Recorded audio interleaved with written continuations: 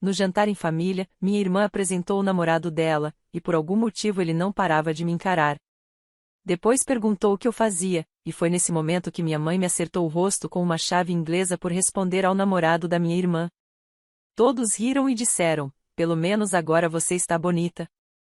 Madison deu meio sorriso e murmurou: acho que um golpe só não foi suficiente. Então minha mãe jogou a chave inglesa para ela e disse: então é a sua vez. Quando tentei impedi-la, meu pai segurou meu braço, e eu desmaiei. Eles continuaram sorrindo ao lado do namorado dela, como se eu fosse uma piada. Quando voltei a mim, as luzes fluorescentes da sala de emergência queimavam meus olhos. Uma enfermeira de traços gentis se inclinou sobre mim, e sua voz soava distante, abafada, como se eu estivesse debaixo d'água. Meu rosto latejava de dor tão intensa que até respirar doía. Cada batida do coração mandava outra onda de agonia pelo meu crânio. Senhorita Harper, consegue me ouvir? Você sofreu um trauma significativo no rosto. Precisamos saber o que aconteceu. Sob o efeito dos analgésicos, mal consegui formar palavras. Minha mandíbula parecia desalinhada. O lado esquerdo do meu rosto estava tão inchado que mal reconhecia minha própria feição. Tentei levantar a mão para tocar, mas a enfermeira a impediu com delicadeza. Não toque, querida.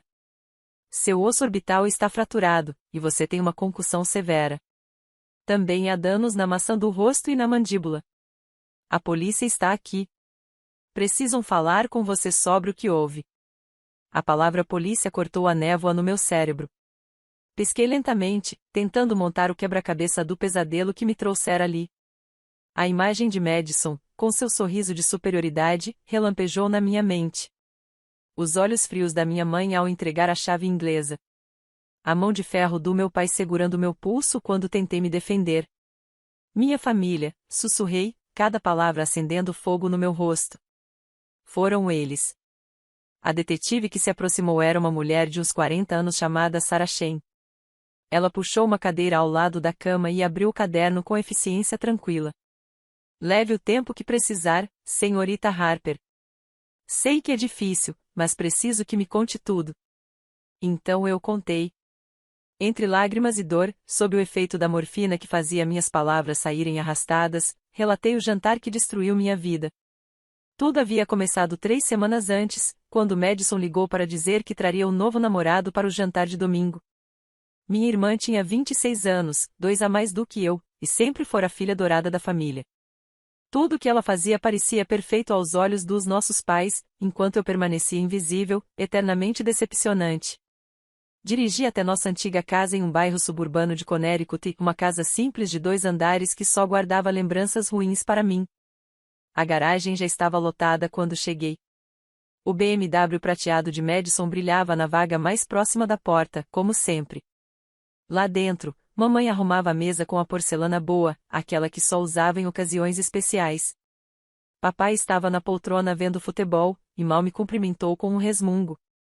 Nada de novo. Eu já aprenderá há muito tempo que minha presença quase não existia para eles. Madison apareceu 15 minutos depois, acompanhada do namorado. O nome dele era Travis, e ele era objetivamente bonito, de um jeito genérico e americano. Alto, atlético, cabelo castanho perfeitamente penteado e um sorriso ensaiado demais.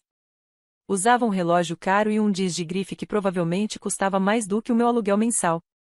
Pessoal, este é Travis Mitchell, anunciou Madison, com orgulho evidente na voz. Ele era um alto executivo do banco de investimentos Goldman Sachs. Mamãe praticamente desmaiou de empolgação.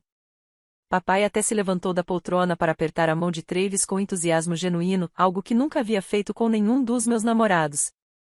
O favoritismo era tão evidente que teria sido cômico, se não doesse tanto. Sentamos para jantar, com Madison e Travis no centro das atenções, é claro. Eu ocupei meu lugar habitual na ponta da mesa, o espaço reservado à filha esquecida. Mamãe havia preparado carne assada, o prato preferido de Madison, mesmo sabendo que eu era vegetariana há 3 anos. A conversa fluía ao meu redor como se eu não existisse. Madison falava sobre o trabalho na agência de marketing, sobre a promoção que estava prestes a conseguir e sobre as férias em Bali que ela e Travis planejavam. Mamãe e papai pendiam de cada palavra, riam das piadas sem graça de Travis e se comportavam como os pais mais orgulhosos do mundo. Eu apenas empurrava os legumes no prato, tentando me encolher, uma habilidade que aperfeiçoei em 24 anos sendo a filha indesejada. Mas então Travis se voltou para mim. Seu olhar vinha se desviando para o meu lado durante todo o jantar, e eu havia notado, embora tentasse ignorar. Agora ele me encarava diretamente, com uma expressão que eu não conseguia decifrar. E então, Emily, o que você faz? A pergunta era simples, até educada, o tipo de coisa que qualquer um diria num jantar de família. Mas, no instante em que as palavras saíram da boca dele, a temperatura da sala pareceu cair alguns graus. Sou assistente social, respondi em voz baixa. Trabalho com jovens em situação de risco em New Haven. Ah, interessante, disse Travis, parecendo realmente curioso. O que te fez escolher essa área? Abri a boca para responder, para explicar como encontrei propósito em ajudar adolescentes que se sentiam tão invisíveis quanto eu me sentirá um dia, mas a voz da minha mãe cortou o ar como uma lâmina. Não faça Travis perder tempo com suas histórias entediantes, Emily. Ele só está sendo educado. O tom era afiado, desdenhoso. Eu já devia estar acostumada, tinha sido tratada assim a vida toda. Devia ter ficado quieta, assentido e engolido o orgulho. Mas algo dentro de mim, uma fagulha de resistência que eu nem sabia que ainda existia, me fez continuar. Na verdade, é um trabalho muito gratificante. No mês passado, ajudei uma garota de 16 anos que não viu o que veio a seguir. Num instante, eu estava falando, no seguinte, uma explosão de dor atravessou o lado esquerdo do meu rosto. O impacto foi tão repentino e violento que meu cérebro demorou a entender o que havia acontecido. Senti o gosto de sangue.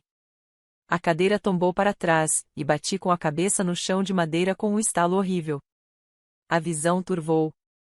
Quando consegui focalizar, vi minha mãe de pé sobre mim, segurando uma chave inglesa, uma das ferramentas do meu pai. O rosto dela estava distorcido de ódio, uma raiva tão pura que me tirou o fôlego. É isso que você ganha por responder, ela sibilou.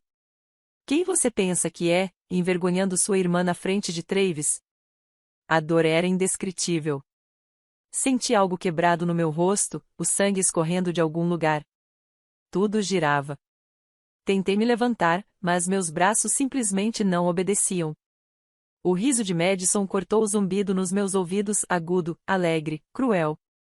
Pelo menos agora você está bonita, gritou ela, segurando a barriga enquanto gargalhava. Você viu a cara dela?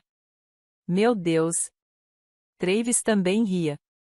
Não era um riso nervoso, mas de verdadeira diversão, como se minha dor fosse a coisa mais engraçada que ele já tivesse visto. Tentei falar, perguntar por quê, mas minha mandíbula não funcionava. Em vez de palavras, sangue borbulhou pelos meus lábios. O rosto de Madison apareceu acima de mim, os olhos brilhando com satisfação maligna. Acho que um golpe só não foi suficiente. Mamãe sorriu, realmente sorriu, e jogou a chave inglesa para ela, como se estivessem brincando de jogar bola num piquenique de família. Então é a sua vez. O terror me deu força. Tentei rolar para o lado, proteger a cabeça com as mãos, mas papai surgiu de repente. Suas mãos enormes prenderam meus pulsos, imobilizando-me no chão. Lutei, mas ele pesava quase 50 quilos a mais. Fique quieta, disse com calma, como se apenas me pedisse para posar para uma foto. Madison levantou a chave inglesa. Vi o golpe descendo em direção ao meu rosto, vi o brilho doentio de excitação nos olhos dela, e então, nada. Quando acordei na ambulância, achei sinceramente que estava morta. Um paramédico se inclinava sobre mim, falando com urgência no rádio. A sirene gemia acima de nós. Tudo doía. Fique comigo, ele repetia. Fique acordada. Já estamos chegando. Mais tarde, soube que uma vizinha ouvirá a confusão e ligara para a emergência. Dona Rodrigues, da casa ao lado, tinha olhado pela janela da sala de jantar enquanto passeava com o cachorro e presenciara tudo. Ela chamou a polícia imediatamente e depois bateu na porta, interrompendo o que quer que minha família ainda planejasse fazer comigo. A detetive Shin terminou de registrar meu depoimento no hospital e prometeu que garantiria pessoalmente que minha família enfrentasse as consequências. Ela fotografou meus ferimentos, recolheu minhas roupas ensanguentadas como evidência e providenciou para que eu fosse acompanhada por uma assistente de vítimas. Na manhã seguinte, apesar dos protestos do médico, insisti em ver meu reflexo no espelho. A mulher que me encarava era irreconhecível. Todo o lado esquerdo do rosto estava roxo e inchado, o olho completamente fechado. Pontos de sutura traçavam linhas irregulares pela bochecha e pela testa, onde a chave inglesa havia rasgado a pele. Minha mandíbula estava presa por fios de aço, para que as fraturas pudessem cicatrizar. Mas meus olhos, ou melhor, o único que ainda se abria, queimavam com algo que eu nunca tinha sentido antes. Não era apenas raiva, embora houvesse de sobra. Não era apenas traição ou dor.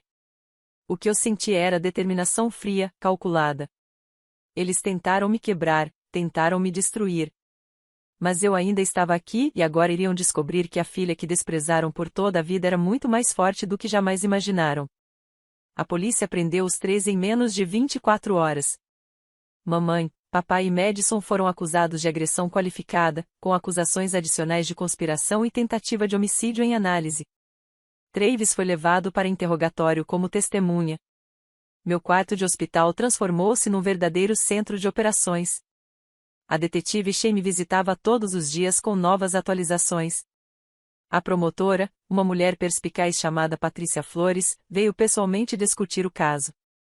Aparentemente, o testemunho ocular da senhora Rodrigues, combinado com as minhas lesões, tornava aquilo um dos casos de agressão mais claros que ela já havia visto. Mas eu queria mais do que acusações criminais.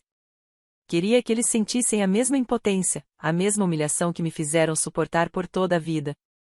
Do meu leito de hospital, comecei a fazer ligações.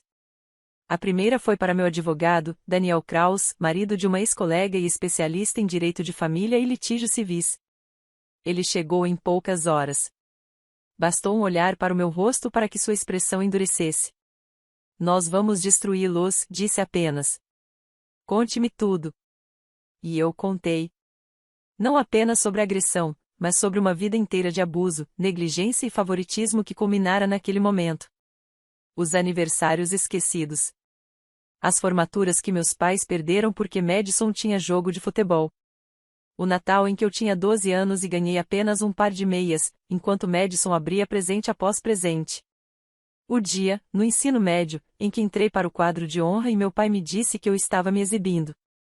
Daniel tomava notas freneticamente, o olhar concentrado. Isso é um padrão de abuso, afirmou. Podemos usar isso. Você tem algo documentado? Tenho diários, admiti. Comecei aos 14 anos. Registrei cada vez que fui ignorada, humilhada ou ferida. Eu só precisava de um lugar para colocar tudo. Os olhos dele brilharam. Onde estão esses diários? Num depósito em New Haven. Me mudei do meu apartamento no ano passado e guardei algumas coisas lá. Os diários estão em uma caixa com a etiqueta ao pessoal. Vou precisar deles. Serão provas essenciais tanto para o processo criminal quanto para a ação civil que vou abrir em seu nome. Na semana seguinte, enquanto meu rosto começava a cicatrizar lentamente, Daniel construiu nosso caso.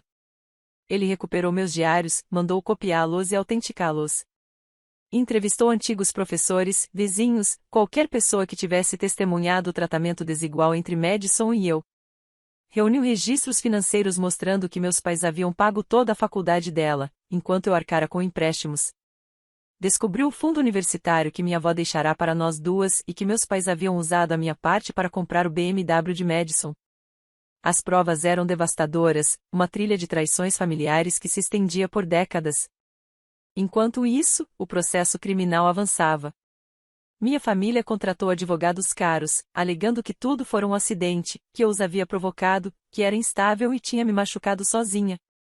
Mas então a senhora Rodrigues depôs perante o grande júri. Ela descreveu, em detalhes dolorosos, o que vira pela janela, minha mãe me golpeando com a chave inglesa, Madison prestes a me acertar de novo, e meu pai me segurando no chão. Contou sobre o riso deles, os sorrisos, a crueldade fria e casual. O júri indiciou os três por múltiplos crimes de agressão grave. Travis foi acusado como cúmplice por não chamar o socorro e por tentar ajudá-los a forjar uma história. Madison foi afastada imediatamente da agência de marketing onde trabalhava. A empresa de construção de meu pai o removeu da apólice de seguro. Mamãe perdeu o cargo no conselho da igreja quando o pastor soube do ocorrido. As vidas perfeitas deles começaram a ruir e eu assisti a tudo, da minha cama de recuperação, com uma satisfação fria. Mas eu ainda não tinha terminado. Daniel entrou com um processo civil pedindo indenização por agressão física, danos emocionais e uma vida inteira de abuso e negligência. Exigimos $800 mil, um valor calculado com base nos bens reais da minha família e em seu potencial de renda futura. Eles não têm esse dinheiro todo, disse Daniel. Mas tem a casa, as contas de aposentadoria, o BMW da Madison, joias. Vamos tomar tudo. Os depoimentos foram brutais. Daniel não teve piedade, apresentou meus diários, fotografias, registros escolares. Convocou minha antiga orientadora do colégio, que testemunhou ter suspeitado de abuso, embora nunca tivesse conseguido provar. Encontrou anotações do meu pediatra expressando preocupação com meu peso baixo e comportamento retraído quando eu era criança. Mamãe chorou durante o depoimento, fazendo-se de vítima. Eu não sei o que aconteceu, soluçava. Eu simplesmente perdi o controle. A Emily sempre foi tão difícil, tão ingrata. Madison, por outro lado, foi desafiadora. Ela estava arruinando meu relacionamento com o Travis. Ela sempre tenta chamar atenção. Papai mal falou, apenas ficou sentado, desconfortável, provavelmente percebendo que suas economias de aposentadoria estavam prestes a desaparecer. O julgamento criminal veio primeiro, 10 meses após o ataque. Tive que testemunhar, sentar no banco das testemunhas e reviver a pior noite da minha vida enquanto eles me encaravam da mesa de defesa. Meu rosto já havia cicatrizado, mas as cicatrizes permaneceram, linhas brancas que me marcariam para sempre. O júri deliberou por menos de 2 horas. Culpados em todas as acusações. Mamãe foi condenada a 7 anos. Papai, a 5. Madison, a 6. Travis pegou 2 anos de liberdade condicional e serviço comunitário. A sala do tribunal explodiu em gritos. Madison berrou que não era justo, que eu havia arruinado a vida dela. Mamãe chorava. Papai parecia vazio, derrotado. Eu, porém, não sentia nada além de uma fria satisfação. Ao sair do tribunal, percebi como o mundo parecia diferente. O céu estava mais claro, o ar mais puro. Pela primeira vez na vida, não senti o peso de uma pedra sobre os ombros. O fardo dos abusos, dos julgamentos e da rejeição constante havia sido retirado por 12 estranhos que olharam as provas e declararam aquilo que eu sempre soube: eu era vítima, e eles, os monstros. A imprensa descobriu o caso em poucos dias. As emissoras locais transmitiram reportagens sobre a Casa dos Horrores no subúrbio de Connecticut. Repórteres acamparam diante do tribunal, da casa dos meus pais e até do hospital onde eu fora tratada. Todos queriam saber como uma família poderia fazer algo assim com a própria filha. Recusei todas as entrevistas no início. Daniel me aconselhou a permanecer em silêncio até o fim do processo civil. Mesmo assim, a história se espalhou. Alguém vazou meus diários para a imprensa, e de repente trechos começaram a ser publicados em jornais de todo o estado. As pessoas liam as tentativas desesperadas da minha versão de 14 anos de entender por que meus pais amavam a Madison, mas mal toleravam a mim. Liam sobre a manhã de Natal em que, aos 16 anos, encontrei uma caixa vazia com meu nome debaixo da árvore, enquanto Madison abria um notebook novo. A indignação pública foi imediata e intensa. As redes sociais explodiram com hashtags. Desconhecidos me enviavam mensagens de apoio, compartilhando suas próprias histórias de abuso e negligência familiar. Algumas pessoas me reconheciam na rua e vinham me dizer o quanto eu era corajosa. Foi algo avassalador, estranho e, de certa forma, validante de um jeito que eu nunca tinha imaginado. Mas nem todos foram solidários. As amigas de Madison iniciaram uma campanha nas redes sociais dizendo que eu estava mentindo, que sempre fui invejosa e que havia orquestrado tudo para destruir a família perfeita delas. Postaram fotos antigas de festas de família onde eu aparecia sorrindo, como se um sorriso em uma foto pudesse apagar anos de abuso sistemático.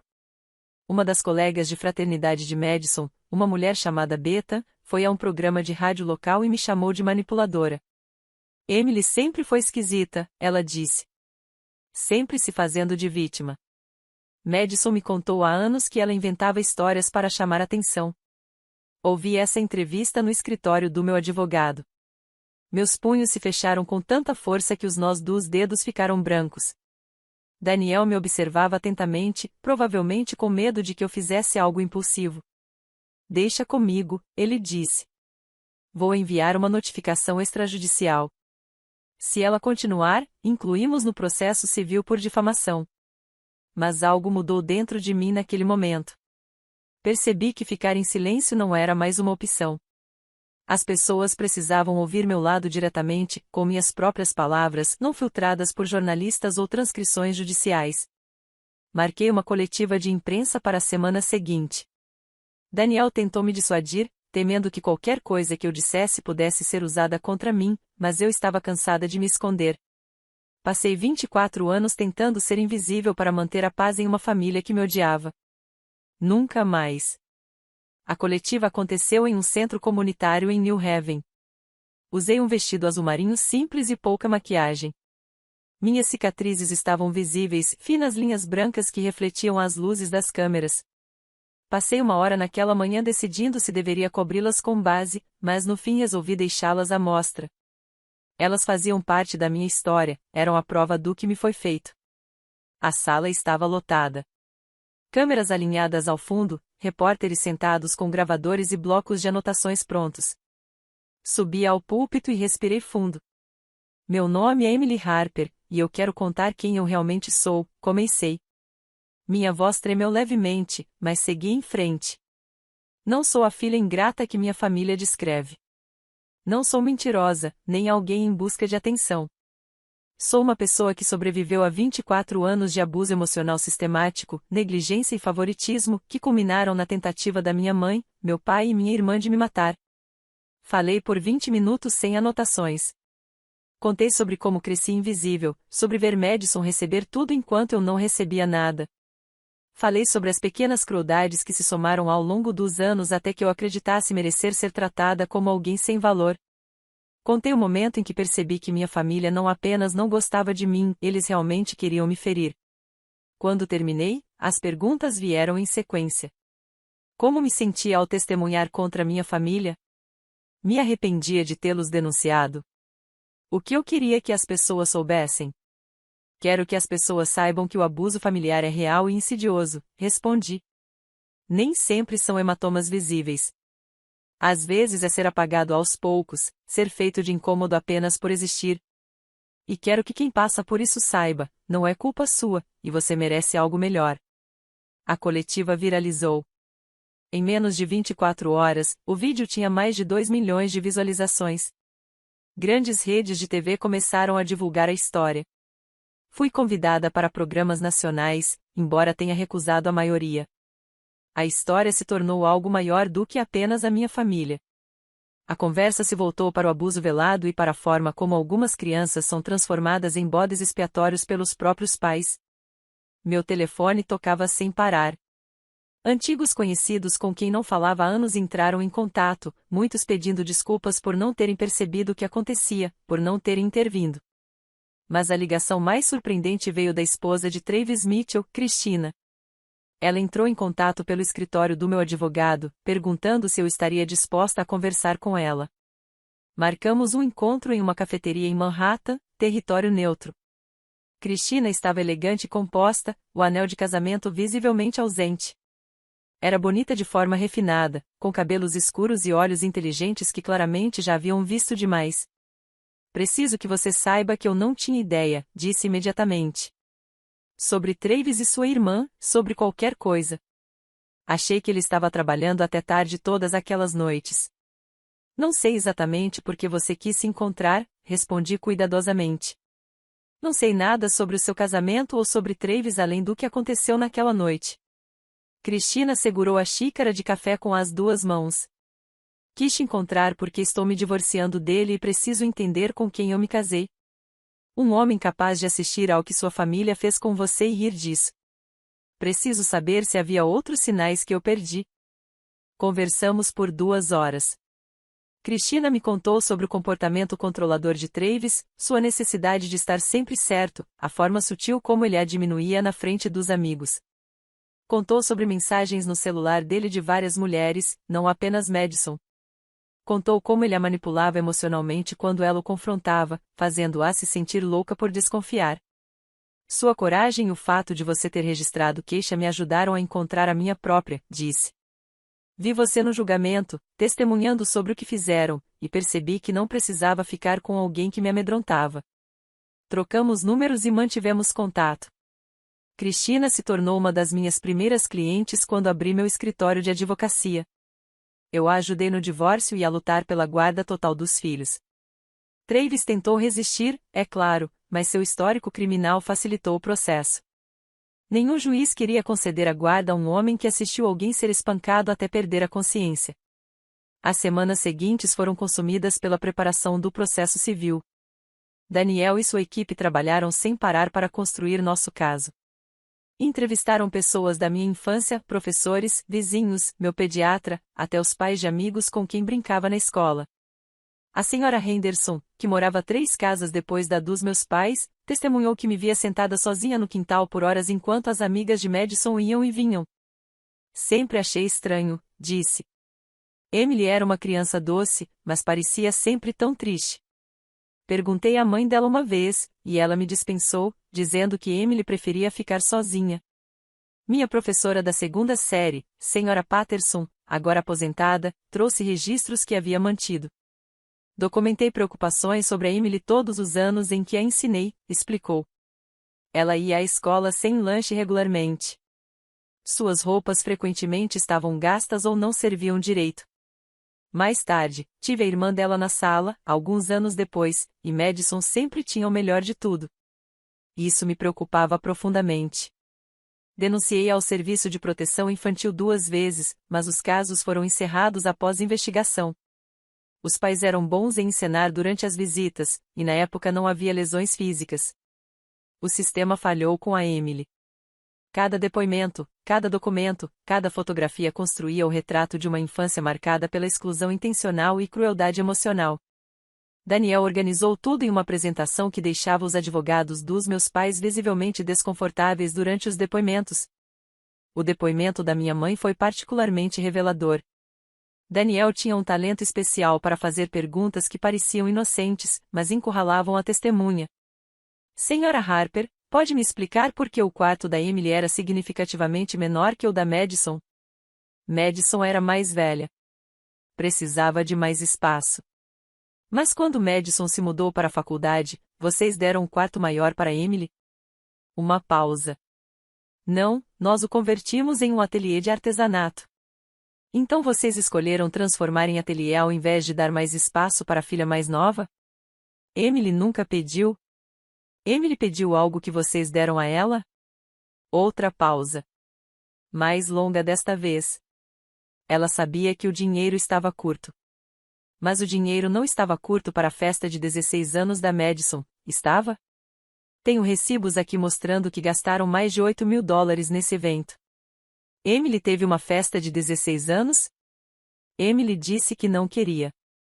Tem alguma prova de que ela disse isso? Silêncio.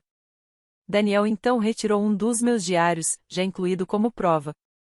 Meritíssimo, gostaria de ler um trecho do diário de Emily, datado de 2 semanas antes de seu aniversário de 16 anos. Madison, minha festa de 16 anos, será em 3 meses, e a mamãe já planeja há meio ano. Perguntei se poderia ter uma pequena festa de aniversário com apenas alguns amigos da escola.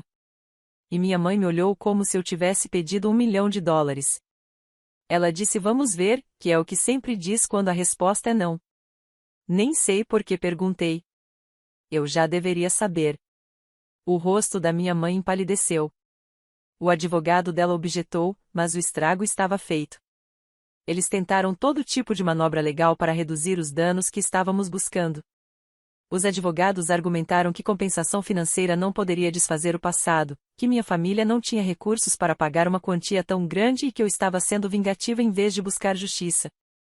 A resposta de Daniel foi metódica e implacável. Os réus tinham recursos para custear a faculdade da Madison, comprar um carro de luxo para ela e proporcionar todas as vantagens possíveis. Escolheram excluir Emily desses benefícios, apesar de terem responsabilidade igual sobre ambas as crianças. Isso não era pobreza. Era privação intencional. Calculamos o total de bens deles, incluindo o patrimônio da casa de aproximadamente $200.000, fundos de aposentadoria somando 350 mil, além de outros ativos. Eles têm meios para pagar. Ele trouxe especialistas econômicos que calcularam o valor do que eu deveria ter recebido ao crescer, minha parte do fundo universitário, o equivalente monetário dos presentes que Madison recebeu e eu não, até mesmo o valor da atenção parental e do apoio emocional. Doutora Reynolds, em sua opinião profissional como psicóloga infantil, qual é o impacto do favoritismo parental sistemático sobre a criança desfavorecida? Doutora Reynolds, uma especialista respeitada que havia revisado meus arquivos, ajustou os óculos. A pesquisa é clara. Crianças que são sistematicamente favorecidas em relação aos irmãos desenvolvem sentimentos de direito e tendências narcisistas. Mas a criança transformada em bode expiatório frequentemente desenvolve PTSD complexo, depressão, ansiedade e um senso profundo de baixa autoestima. Os diários da Emily mostram sintomas clássicos dessa dinâmica. Ela internalizou o tratamento dos pais como prova de seu próprio desvalor, em vez de reconhecer o abuso.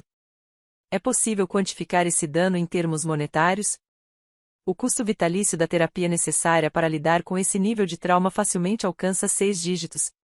Além disso, crianças transformadas em bodes expiatórios frequentemente enfrentam dificuldades profissionais e pessoais devido à autoestima prejudicada, o que afeta o potencial de ganhos e estabilidade nos relacionamentos. Os efeitos em cadeia são enormes. A defesa tentou argumentar que eu parecia bem, que tinha um emprego, um apartamento, que era funcional. Daniel contra-atacou fazendo minha terapeuta depor sobre a ansiedade severa e a depressão que enfrentei desde a adolescência, o transtorno alimentar que desenvolvi aos 15 anos e a automutilação aos 17. Emily aprendeu a esconder a dor porque expressá-la era perigoso dentro da família, explicou minha terapeuta. Ela se tornou especialista em parecer bem enquanto por dentro desmoronava. Isso não é resiliência, é sobrevivência. Durante um intervalo, fui ao banheiro do tribunal e me tranquei em uma cabine. O peso de ter toda a minha infância dissecada em público era esmagador. Cada lembrança dolorosa era trazida à luz, examinada, catalogada como prova. Era necessário, mas também excruciante. Ouvi a porta se abrir e 2 mulheres entraram, suas vozes ecoando nos azulejos. Você acredita nesse caso? Quem faz isso com o próprio filho?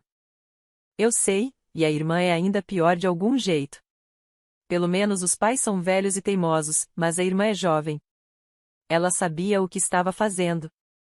Você viu o rosto da mãe quando mostraram aqueles trechos do diário? Parecia que queria desaparecer. Bom. Ela deveria se envergonhar. Elas saíram, sem nunca saber que eu estava ali. Sem saber que aquela validação casual significava mais para mim do que poderiam imaginar. Por tanto tempo, me perguntei se talvez eu fosse o problema. Talvez eu fosse sensível demais, carente demais, demais. Ouvir estranhos reconhecerem o abuso sem qualquer incentivo ajudou a silenciar aquela voz cruel na minha cabeça. O julgamento civil durou 3 semanas. O júri ouviu dezenas de testemunhas, revisou centenas de páginas de documentos e viu fotos minhas em várias idades, sempre à margem das fotos familiares, sempre um pouco desfocada, como se até a câmera tivesse dificuldade de me ver. Os argumentos finais foram teatrais. O advogado dos meus pais me pintou como vingativa e gananciosa, alguém incapaz de aceitar que minha irmã era mais bem-sucedida, e descontava isso na família. O encerramento de Daniel foi mais contido, mas muito mais poderoso. Ele mostrou ao júri uma foto minha aos 7 anos, sentada sozinha em uma festa de aniversário enquanto Madison abria presentes. Esta é a Emily no próprio aniversário, disse ele. Madison acabou de abrir um presente que era para Emily. Olhem o rosto dela. Isso parece ciúmes ou parece uma criança que já aprendeu que não importa? Ele os conduziu por toda a minha infância, ano a ano, instância por instância. Mostrou o padrão, a exclusão sistemática, a crueldade casual. Os réus querem que vocês acreditem que isso é rivalidade entre irmãos, disse. Mas isso não é rivalidade. Rivalidade implica competição. Emily nunca foi permitida competir. Ela simplesmente foi apagada. O júri deliberou por 6 horas. Quando retornaram, a juíza olhou diretamente para mim enquanto lia o veredito. culpados em todas as acusações. 3 milhões de dólares em danos. O julgamento civil ocorreu um mês depois. Desta vez, o júri me concedeu 3 milhões de dólares em indenização, mais do que havíamos pedido. O juiz qualificou o abuso que eu havia sofrido como sistemático e inconcebível, e elogiou minha resiliência. Para efetivar a sentença, o tribunal ordenou a venda da casa dos meus pais, a liquidação das contas de aposentadoria e a apreensão do BMW de Madison e de suas economias. Tudo o que eles haviam conquistado desapareceu. Mas dinheiro não era suficiente. Eu queria que eles compreendessem como é ser apagado, ser nada. A execução da sentença ficou a cargo da receptora judicial nomeada pelo tribunal, uma mulher prática chamada Margaret Hoffman, que fazia esse trabalho há 30 anos. Ela era eficiente e implacável, exatamente como eu queria. Pude estar presente quando inventariaram a casa dos meus pais para venda. Levei Daniel comigo, tanto para proteção legal quanto para apoio moral. Entrar naquela casa pela primeira vez desde o ataque parecia surreal. A sala de jantar havia sido limpa, é claro.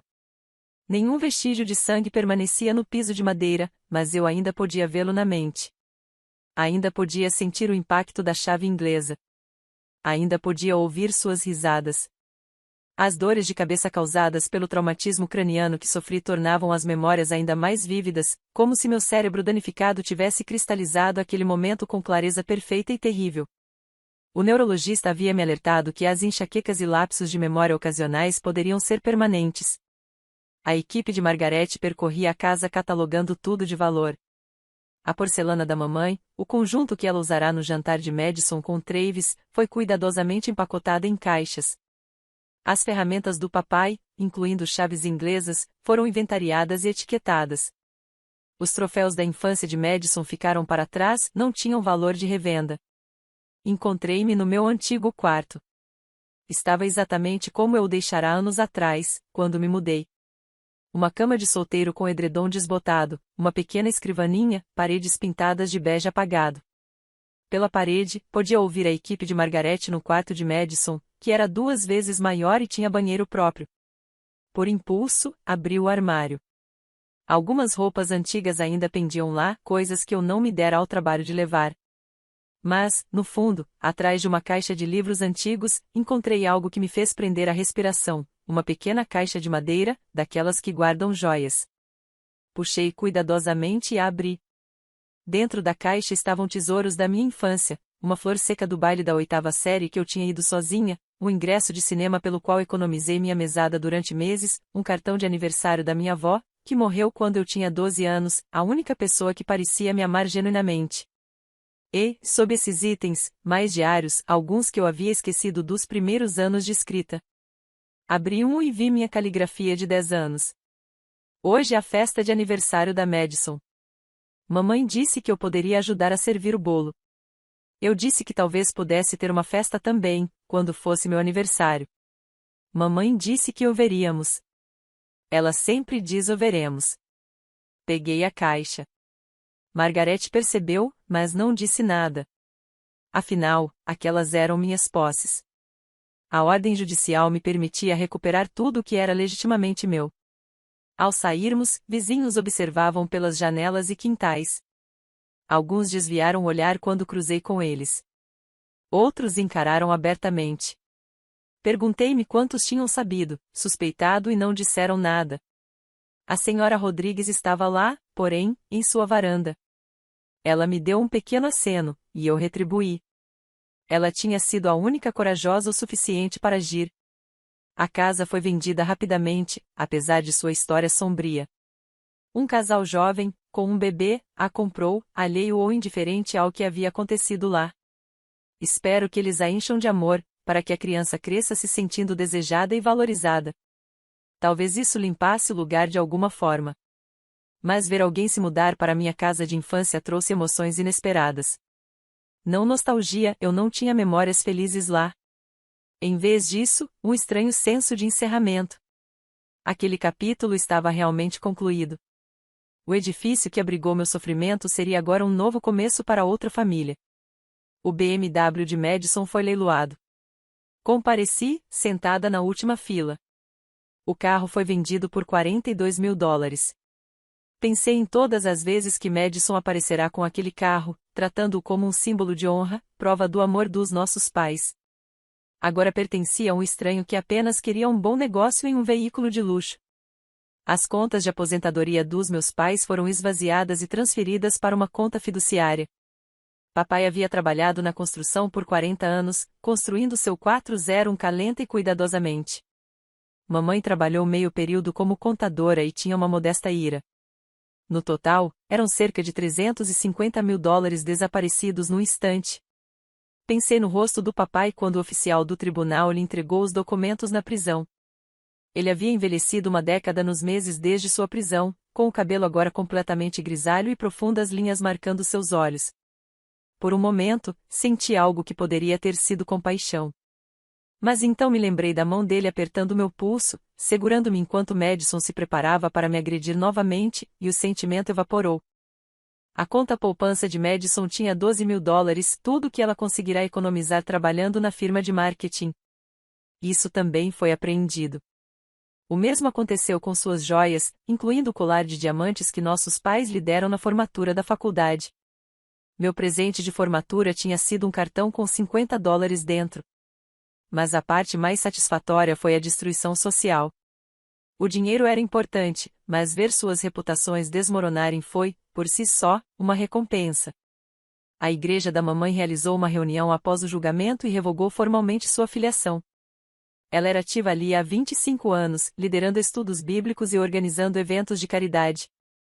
O pastor divulgou uma declaração dizendo que a igreja não podia aprovar tal comportamento anticristão e que as ações de minha mãe eram contrárias a tudo pelo que eles defendiam. Os colegas de sindicato do papai também se voltaram contra ele. Trabalhadores da construção têm seu próprio código, e atacar seu próprio filho violava algo fundamental. Seus antigos colegas deram entrevistas dizendo que ficaram enojados e que jamais teriam trabalhado ao lado dele se soubessem do que ele era capaz. A Fraternidade Universitária de Madison emitiu um comunicado repudiando-a, removeram seu nome do diretório de ex-alunos e devolveram uma doação que ela havia feito no ano anterior. Suas antigas colegas deram entrevistas chamando-a de monstro, embora eu lembrasse que muitas delas haviam participado da campanha de defesa nas redes sociais. Aparentemente, os princípios eram flexíveis quando a opinião pública mudava. Travis também perdeu tudo, mesmo com a sentença mais leve. A Goldman Sachs o demitiu imediatamente, citando uma cláusula de moralidade em seu contrato. Sua reputação profissional foi destruída.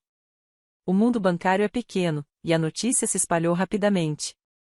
Ele não conseguiu emprego em nenhuma firma respeitável.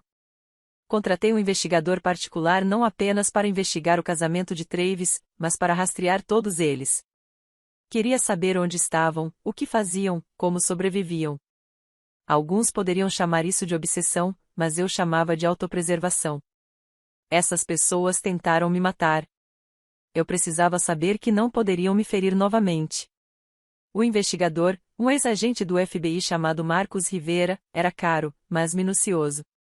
Enviava relatórios mensais com fotografias e informações detalhadas. Papai, na prisão, mantinha-se isolado na maior parte do tempo. Já havia sido atacado 2 vezes por outros detentos que souberam do que lhe tinha feito. Aparentemente, até criminosos têm padrões. Passava a maior parte do tempo na biblioteca da prisão lendo faroestes, evitando o pátio, contando os dias de sua sentença. Mamãe teve mais dificuldades. Era mais fraca, despreparada para a dura realidade do encarceramento. Tinha uma companheira de cela que roubava seus itens da cantina. Chorava nas ligações telefônicas para os poucos amigos que ainda aceitavam suas chamadas a cobrar. O psiquiatra da prisão a medicou com antidepressivos. Madison estava em uma prisão feminina a 2 horas de distância. Segundo as fontes de Marcos, ela foi uma detenta problemática no início, brigando e desrespeitando as guardas. Passou 30 dias em confinamento solitário após jogar comida em outra presa. Mas eventualmente se ajustou, conseguiu um trabalho na biblioteca da prisão e começou a frequentar os serviços da capela, provavelmente esperando que isso ajudasse na liberdade condicional. Travis voltou a morar com os pais em New Jersey depois que Christina ficou com um apartamento no divórcio. Trabalhou como representante de atendimento ao cliente em uma seguradora, um passo humilhante em relação à sua antiga posição. As fotos de Marcos mostravam-no abatido e derrotado, ganhando peso, com roupas caras substituídas por trajes casuais baratos. Cada relatório trazia uma satisfação sombria. Eles estavam sofrendo as consequências. Viviam vidas diminuídas. Experimentavam uma fração do que haviam me causado. Mas eu estava construindo algo melhor. Com o dinheiro do acordo, fiz várias coisas. Primeiro, quitei totalmente meus empréstimos estudantis, quase $80.000 que me pesavam desde a formatura. A liberdade de estar livre de dívidas era intoxicante. Depois, comprei um apartamento no centro de New Haven, um lindo imóvel de 2 quartos com tijolos aparentes e janelas enormes. Mobilei com cuidado, escolhendo cada peça intencionalmente. Tudo era meu, escolhido por mim, refletindo meu gosto. Era o primeiro espaço que eu habitava que realmente parecia um lar. Também investi uma parte significativa, trabalhando com um consultor financeiro para garantir segurança a longo prazo. Crescer sem nada me ensinou o valor da estabilidade. Eu nunca mais queria me sentir vulnerável. A Emily Harper Foundation se tornou meu projeto de paixão. Trabalhei com consultores de organizações sem fins lucrativos para estruturá-la corretamente, contratei equipe e desenvolvi programas. Oferecemos apoio jurídico a vítimas de violência familiar, financiamos terapia para sobreviventes e criamos um abrigo específico para jovens adultos afastados de famílias abusivas. Nossa primeira cliente foi Sophie, de 19 anos, cujos pais a expulsaram por ser gay.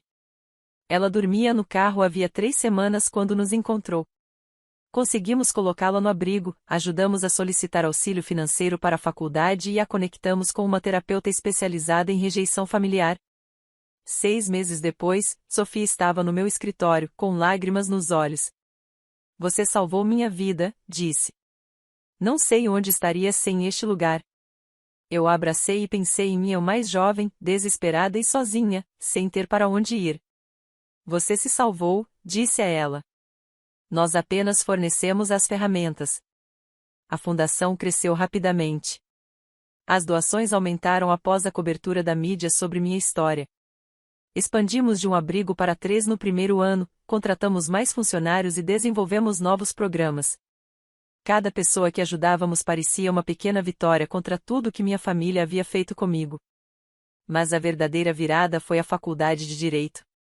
Candidatei-me por impulso, sem esperar ser aceita. Minhas notas de graduação eram boas, mas não excepcionais, prejudicadas por semestres em que a depressão dificultava meu desempenho. Meu resultado no USAT, porém, foi forte. Anos analisando por que minha família me odiava haviam me tornado boa em raciocínio lógico. Fui aceita na Yale Law School, uma das melhores faculdades de direito do país. Fiquei olhando para a carta de aceitação por 10 minutos, convencida de que era um engano. No meu primeiro dia de orientação, senti-me uma impostora. Todos pareciam confiantes, polidos, certos de que pertenciam àquele lugar. Esperava que alguém percebesse que eu não me encaixava, que eu era apenas a filha rejeitada de criminosos condenados que teve sorte. Mas quando começamos as aulas, algo clicou. O direito fazia sentido para mim de uma forma que nada mais jamais tinha feito. Era lógico, estruturado, fundamentado em precedentes e razão. Havia regras, e quando alguém as quebrava, havia consequências. Diferente da minha família, onde a crueldade era arbitrária e imprevisível, a lei era consistente. Eu me destaquei. O professor Martinson, que lecionava direito penal, me chamou de lado após a aula. Você já pensou em trabalhar na promotoria? Você tem talento para isso. Na verdade, estou pensando em direito de família, disse. Violência doméstica, proteção infantil, disputas de guarda. Ela me estudou por um momento. Por causa do seu caso, acrescentou. Todo mundo em Yale sabia quem eu era. Minha história havia sido notícia nacional. Alguns estudantes me tratavam de maneira diferente por causa disso, ora evitando-me, ora me tratando com pena excessiva. Mas a professora Martinson apenas assentiu, como se eu tivesse dado a resposta certa para uma questão jurídica. Bom, disse ela. Precisamos de advogados que entendam pelo que estão lutando. Me formei em segundo lugar da turma. O valedictoria era um brilhante chamado James, que iria trabalhar como assessor de um juiz da Suprema Corte. Fiquei feliz com o segundo lugar. Mostrava que eu pertencia àquele lugar por mérito, não por simpatia. Passei no exame da ordem na primeira tentativa e abri meu escritório 6 meses depois. Harper Legal Services, especializado em direito de família e casos de violência doméstica. Aluguei um pequeno espaço, contratei 2 associados recém-formados e atendi clientes que não podiam pagar os grandes escritórios. Meu primeiro caso importante foi representar Diana, cuja marido a abusava há 12 anos. Ela tinha 3 filhos, não trabalhava e dependia financeiramente do agressor. Veio até mim com um olho roxo e a esperança desesperada de que eu pudesse ajudá-la a escapar. Conseguimos uma ordem de restrição emergencial e, em seguida, montamos um caso para guarda total e pensão alimentícia. O advogado do marido era astuto e caro, pintando Diana como instável e manipuladora, mas eu conhecia essas táticas. Já tinham sido usadas contra mim. Vencemos. Diana obteve a guarda, pensão e proteção. O ex-marido só teve direito a visitas supervisionadas. Quando o juiz leu a sentença, Diana segurou minha mão com tanta força que doeu. Obrigada, sussurrou. Obrigada por acreditar em mim. Sempre, respondi. Sempre acreditarei em sobreviventes. O escritório cresceu constantemente. A fama de competência e empatia se espalhou, eu entendia meus clientes de um jeito que outros advogados não entendiam. Em 3 anos, a equipe chegou a 15 pessoas, incluindo 5 advogados, vários paralegais e funcionários de apoio. Assumimos casos que os grandes escritórios não tocavam, clientes pobres, situações complicadas, pessoas que o sistema havia falhado repetidamente e vencíamos mais do que perdíamos. Contratei um investigador particular e pedi que investigasse o relacionamento de Madison com Travis. Descobri que Travis tinha esposa e 2 filhos em Manhattan, que Madison jamais soubera. Certifiquei-me de que ela descobrisse anonimamente, claro, pouco antes de se apresentar à prisão. Usei parte do dinheiro do acordo para criar uma fundação para vítimas de violência familiar, nomeando-a em minha homenagem. A Emily Harper Foundation tornou-se conhecida em Connecticut, e todos os artigos mencionavam o que minha família havia feito comigo. Os nomes deles ficaram para sempre ligados a abuso infantil e tentativa de homicídio nas buscas do Google. Compareci às primeiras audiências de liberdade condicional, dando depoimento sobre o impacto das ações deles. Cada vez, a liberdade condicional era negada. Após a 3ª audiência, parei de ir. Eles não tinham mais poder sobre mim, e recusei-me a deixar que ocupassem mais do meu tempo. Madison acabou sendo libertada após cumprir sua pena completa de 6 anos, com redução por bom comportamento no último ano. Minha mãe nunca chegou a uma audiência de liberdade condicional. Anos se passaram. Minhas cicatrizes desapareceram parcialmente, mas nunca por completo. As enxaquecas causadas pelo meu TCE vinham e iam, geralmente desencadeadas pelo estresse. Fiz muita terapia, bastante mesmo, e aos poucos me reconstruí.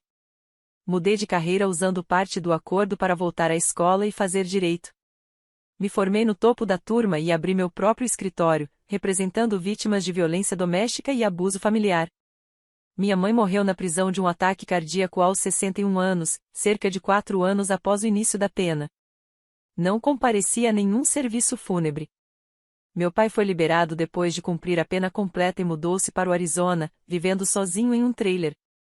Madison saiu após cumprir os 6 anos de prisão. Ela tentou me contatar uma vez, enviando uma carta dizendo que havia encontrado a Deus e queria se desculpar. Queimei a carta sem ler além da primeira linha.